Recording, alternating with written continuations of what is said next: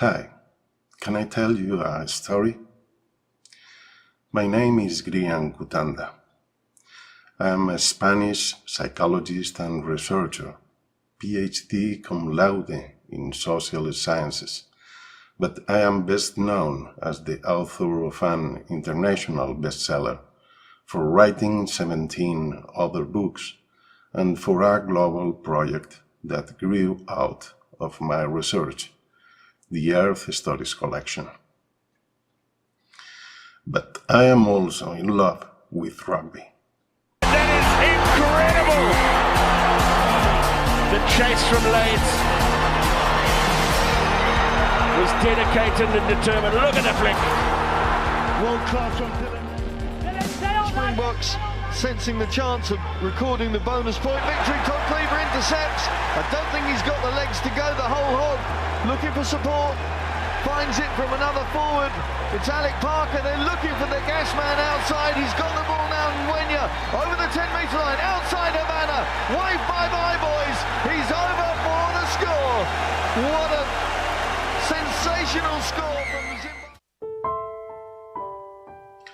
I was a rugby player between 1971 and 1983, and even a coach between 2010 and 2013, as I coached a humble rugby team in Spain and mentally disabled youngster for a combined team in Scotland. I must confess, I love rugby. It is the most beautiful sport in the world.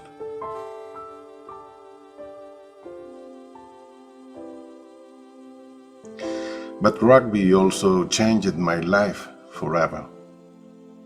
As a teenager, its ethical code, its code of honor, captivated me, giving my life a direction and a robustness that is still with me now, at 66.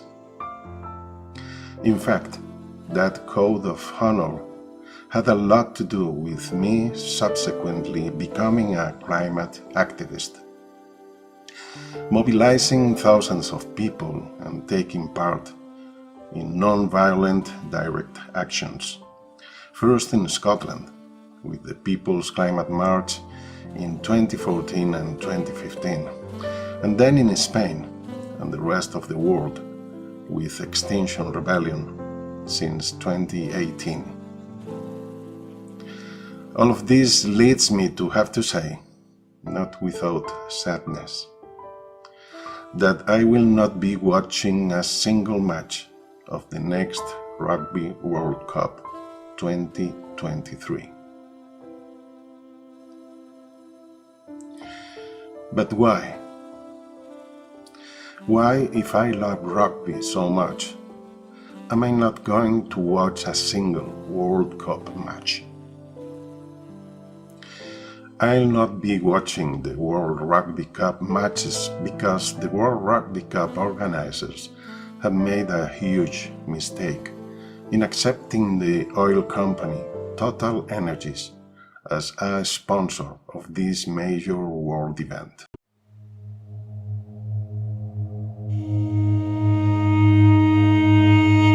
As revealed by a study carried out by the French National Center for Scientific Research and the Stanford University, Total Energies knew about the effects of fossil fuels on global warming since at least 1971, concealing or dismissing the scientific validity of these findings, and even promoting delays in political decision-making on the problem since the 1990s. Since then, Total Energies, along with the rest of the big oil corporations, have been poisoning our planet's atmosphere out of sheer greed, destroying the future of the young and unborn generations to come, as the United Nations IPCC reports announce, an outrage that will one day bring them up on charges of ecocide and genocide. In the end, Total Energy's leaders wanted to wash their hands with greenwashing in 2015, saying that they were going to focus on renewable energy.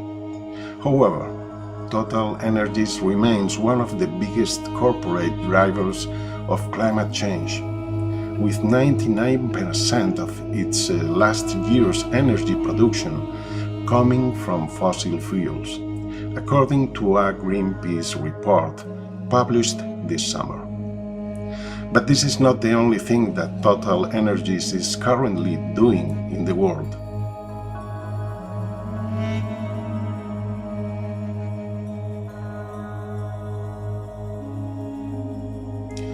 Together with Shell and Exxon, this oil corporation continues to pollute the Niger Delta with more than 200 oil spills every year, which means 110,000 barrels of oil in the last 50 years. Total Energies has this year begun drilling more than 400 oil wells in Uganda and building a pipeline of almost 1,400 kilometers between Uganda and Tanzania, partially or totally expropriating the land of more than 118,000 people who are now displaced. In fact, last June, Total Energies was charged in the French courts with human rights violations in Uganda and Tanzania for this very reason. And finally, last May, representatives of the Mapuche indigenous people, together with the human rights ombudsman of the province of Neuquén in Argentina, toured Europe to denounce the corporations Total Energies and Equinor, demanding an end to the fracking exploitation in the Vaca Muerta field, the second largest shale gas field in the world. Fernando Barraza, a member of the Mapuche community, said, "Fracking and blind extractivism is desertifying our lands, as well as gradually destroying drinking water through water ration. Companies such as Equinor and Total Energies are directly responsible for our rivers dying, our territories being polluted, and our animals suffering, our water being poisoned, our families going bankrupt." After this list of feats, it will not surprise anyone to learn that a few days ago, a fellow climate activist of mine, Argentinian Esteban Servat, had to appear in court in Denmark on charges brought against him by the Scandinavian headquarters of Total Energies. He was the only one charged from more than 20 climate activists who carried out a non-violent civil disobedience action there in November 2021. He was the only non-European activist, the one that Total Energies wants to punish, because he comes from one of the countries where the oil company is devastating territories and violating human rights. We cannot pervert rugby's spirit in this way. We cannot undermine it with toxic friendships. Friendships that love full play.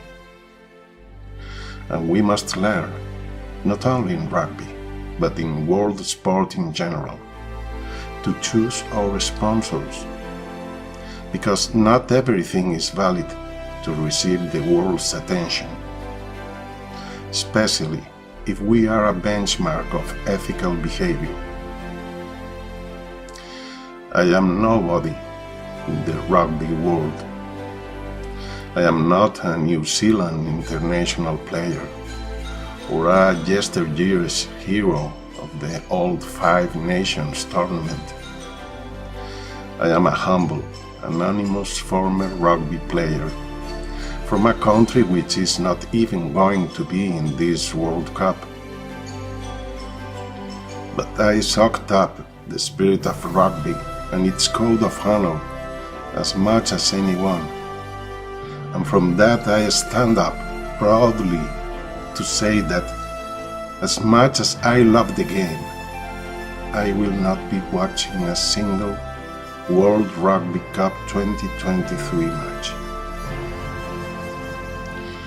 Our straightforwardness and our righteousness should prevent us from embracing those who do not play fair.